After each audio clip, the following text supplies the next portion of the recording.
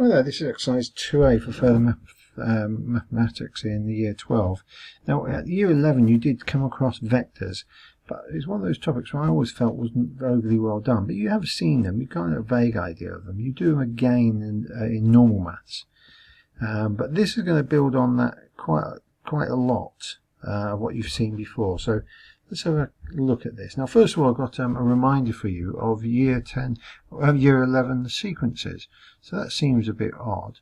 I want you to write down for me the nth term of these sequences. And just as a little reminder, I'll just do one here. 2, 6, 10, 14, ... And you can clearly see they're going up 4 each time. From there to there, there to there.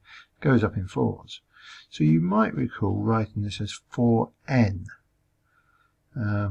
Whenever it's, because effectively I've got the 4 times table, and 4n is the 4 times table. But weirdly, this is not the right answer, because 4 times table actually goes 4, 8, 12, 16. And of course you look at that and you go, well, that's not what I had. I had 2, 6, 10, 14. And then you go, oh, it's quite close though. Each one, and this is the critical thing, it's the same thing we do every time. Each one you knock off 2. Now this is the rule. But interestingly, for what we're doing today, I want you to write it as -2 plus 4n. Weirdly, I want you to switch them round. So the n's are at the end and the number is at the start. So have a go at those for me and see if you get the right answer. And I've got an extra question for you, by the way. Anyone who's thinks that's too easy, is 492 in this sequence. And interestingly, I've written it that way around again. It's 12 plus 17. So I will pause the video and see if you can find the 3 nth terms for me, please. Thank you very much. I hope you've got these answers. This is what I got anyway. I've got 3 plus 2n. Again, if you forgot to write it the other way around, you've got 2n plus 3. You can clearly see it's the same thing. But 19 minus 3n, and I've got 12 plus 6n. The one thing I will say here is all of these are examples of what I would consider a start number, 3 in this case for the first one, but then you add on so many 2's. So on the first term you add on 1, 2. So 3 plus 1, 2 is 5. Next one would be 3 plus 2 2's, which would be 7. Next one would be 3 plus 3 2's, which would be 9. You just keep on adding on an extra 2 each time, and that's why the rule looks like it does. And in each case then, I would describe the un as A. A is going to be my start number, and then it's some number times d, and d I'm going to describe as my difference. So that's what we have in these. Now, we're going to look now at the vector equation of a straight line, and you'll quickly realize these are very similar. So the two situations that we often are given, it's usually the case that one of these situations you are given one point on the line. So it's a point A. Now this point A is very often described as having a position vector A. And you might have seen them written with a little line underneath. Really, when you're writing vectors, they should have lines underneath. So. And the direction vector of the line as well. Notice from once you've got your position on the line, your start point if you like, this goes along D. And so this point here it's an A, that's my start point, and then you go along a D. Or if I want to be here, it's A plus 2D. Or if I want to be here, you can see it's A plus an extra D, it's A plus 3D. So any point on the line can be described in that way. In this one here, interestingly, it goes the wrong way. You can see this one would be A minus D. It's gone the wrong way down the D direction, but it's still on the line. So from now on, the vector equation of the line is often written as R equals A plus something times D. That's exactly the same as we had with the sequences, which is why we did them. This T can be any letter. So, you very often see it written as lambda, a nice Greek letter. Or you might see it written as an S, for instance, because S and T follow each other. The other one, the Greek letter would be A plus mu D. D being the direction vector. Notice these lines technically should all be underneath the vectors. Notice you don't put them under the numbers because they're just numbers. And you can call this A then the position vector. This is the direction vector, and this is just how many lots of the direction vector we do. The constant it might be described as. If we are given 2 points on the line, we might be given that instead of a D. But as soon as you get 2 points, you can quickly work out the D. Now the D in this case would actually just be what we describe as the vector AB. How do you, what's the direction of A to B going along there? And you might even find that, you might remember the way to find that is to take your B vector and take away your A vector from it. So your direction vector is going to be B minus A. I always find it interesting when you want to find AB, you do B minus A, and it always works. So you might remember some of that. Some of that might be brand spanking new. Let's have a look at a question for us. It says, find the equation line passing through these 2 points. Oh, right, so this one, they don't give me the direction vector. So the very first thing I need to do is find my direction vector. Remember, my equation basically is A plus, I'm going to give it a Greek letter, lambda D. Now, D then is, I don't know what it is. I did say you can find this all the time, that's why I'm doing B minus A. So I shall do the B minus 3, 4, 1. I shall take away the A. 2 minus 1, 2. So let's do it. Minus 3 minus a 2. Well, that's minus 5. 4 minus minus 1. I reckon that's 5. 1 take 2. I reckon that's minus 1. That is my D. Now, all I need then to write the vector equation of this line is a point on the line. Now actually, it tells me A and B are both on the line, so I can choose either. Makes sense to use A, it's at least got the right letter. So I can write R equals my point on the line, which is A. So that's 2 minus 1, 2. Plus, now I've said I was going to use this notation, lambda times the D. What was the D? It was minus 5. And minus 1. Now, what's weird about this is, if I wanted to, I could have used this value, the B value, because it's any point on the line. It doesn't have to be called A. It could have been called B as long as it's on the line. And then my equation would have been R equals minus 3, 4, 1 plus lambda minus 5, 5, minus 1. It would still have been right. It's just different way around. Let's see what I chose to do when I did it last time. I did use that, and I did use that. Oh, I used T, so it just goes to show it doesn't really matter. And that might not seem as if, by the way, this is right, but it might not seem as if it's like finished, but that's what you want. See, it's a bit like when you write a normal equation on the line. It might be y equals 3x take away 4. You don't worry too much. You've got y and an x in there. You just get used to the fact that there are there. And here I get used to the fact that this r and this lambda have to be there. Everything else just fits around it.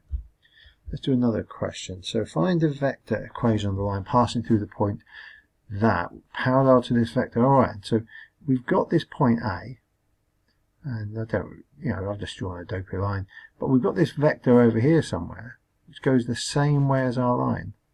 So my vector is 1, 6, minus 1, but that effectively is my direction vector as well. So my D is also 1, 6, and minus 1. So this is quite straightforward. I use my formula, R equals A plus lambda D. Or use lambda again, didn't I? Can use any letter. I'll just get used to writing this Greek letter out, lambda. So therefore R equals A. What was my point? Well, they've given me a coordinate, but really that equates straight to a position vector. You can write it like that. Plus lambda D. What did we have? Oh, it's just that. That is the easiest question in the world. Let's see what the answer says. There you go. Yeah, I did tell you it was easy. So show that C with position vector that lies on my line. Well, if it does lie on the line, I suppose what it means is, well, what you're doing is, see, there's my A, and because, is this the one that we just did? I think it is. 2 minus 1, 2. And we're going along this direction vector, and the D, remember, was minus 5, 5, and minus 1. Now, I don't know where it is, but the trick is, you see, you can go along any number of times, and you hit on different things. So the trick is here is to say, well, let's imagine this is on the line, in which case it's equal to my line. So I could replace the R with the C. I say 7 minus 6, 3 is equal to 2 minus 1, 2 plus t, they've used t, so I have minus 5, 5, minus 1. Now, if you just look across the top line, I've got 7 equals 2, and multiply that out, minus 5t. That gives me an equation. I reckon I can rearrange this. I reckon I get 5t equals, well, really it's 2 take away, so I reckon it's minus 5. So t equals minus 1. So the top line gives me minus 1. Now, if this point is on my line, the t will be the same for whatever line I use. So I'm going to do all three. I'm going to go minus 6, middle line this time, equals minus 1 plus 5t. So move that over. That's minus 6 plus 1, that's minus 5, is equal to 5t. It's the same equation, I think, isn't it? T equals minus 1. So that's good. So let's just check out this last line. The last line says 3 equals 2 minus t. That goes that way. I'm not convinced this works, you know, because when I do this, I get t equals oh, it is minus, it's 2 minus 4, so it does work. The same for all three. So you'd say something on the lines of, since you get the same answer all three times, therefore C does lie on the line. And there you go, you see I've written t equals minus 1, t is minus 1, t is minus, so lie does lie on the line. Yes, it does. Find the vectors which are perpendicular to these. Oh, I do have a little, ignore the blue bit in a bit, you might want to have a look at that in a bit.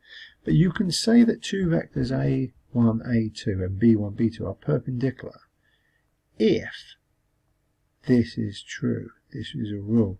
And you might think of this in terms of this as well. Let's just have a look at this. So if I've got this vector they've given me goes 3 across. Well, I'm not sure I've drawn that very well. Let's draw another one. It goes 3 across, 5 up. 3 across, 5 up. And so what you kind of need to suss is what vector would go that way. So that is perpendicular. Right angles, of course, means perpendicular. So if I want that to be a right angle, what vector would do that? You can certainly see it goes the other way, so it's got to be negative. And I suppose it's just a little trick. Now you could use this approach. This might be simultaneous equations almost. But you can just, with 2 dimensions, it's quite nice. So with 3, 5, it just becomes change one of the signs and switch them around. I think it's a nice trick. Now, if you look at that, if I drew it going 3 across, 5 up, that's probably a better picture. 3, 5. Now, I think it's quite reasonable to say it's going to be a negative slope, so that's why one of the numbers is now negative. But I reckon it's quite reasonable to say this is right angles if it kind of, rather than going 3 across, it goes 3 down. Rather than going 5 up, it goes 5 across. And you see that's what I've done. I've said 5 in one direction and 3 the other direction.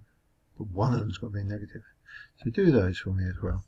And the hard question is, can you find me a non-zero vector which is perpendicular to another one? It's much harder. 2, 1, 3 is my suggestion. See if you can find one. And then you've got an exercise. You've got I'll give you opportunity to do this. Well, you can pause it, pause the video, and just see what you think the answers are. So I want the vector equation for A.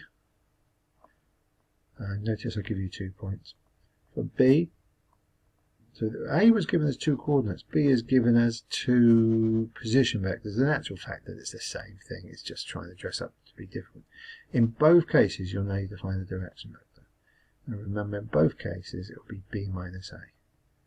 Okay, B minus A in both cases. Once you've got your position vector, you should be able to find me the R equals line. The R equals line. Here, you need a vector which is parallel. Well, that is then the D going through there, and another one of those ones, it doesn't lie on the line. So I'll let you have a look at that. I suggest you pause it. And if you have paused it, here are my answers, and hopefully you got the right answers. So in class we're going to look at page 38 to 39, exercise 2A, and I think it's actually quite a gentle piece of work. So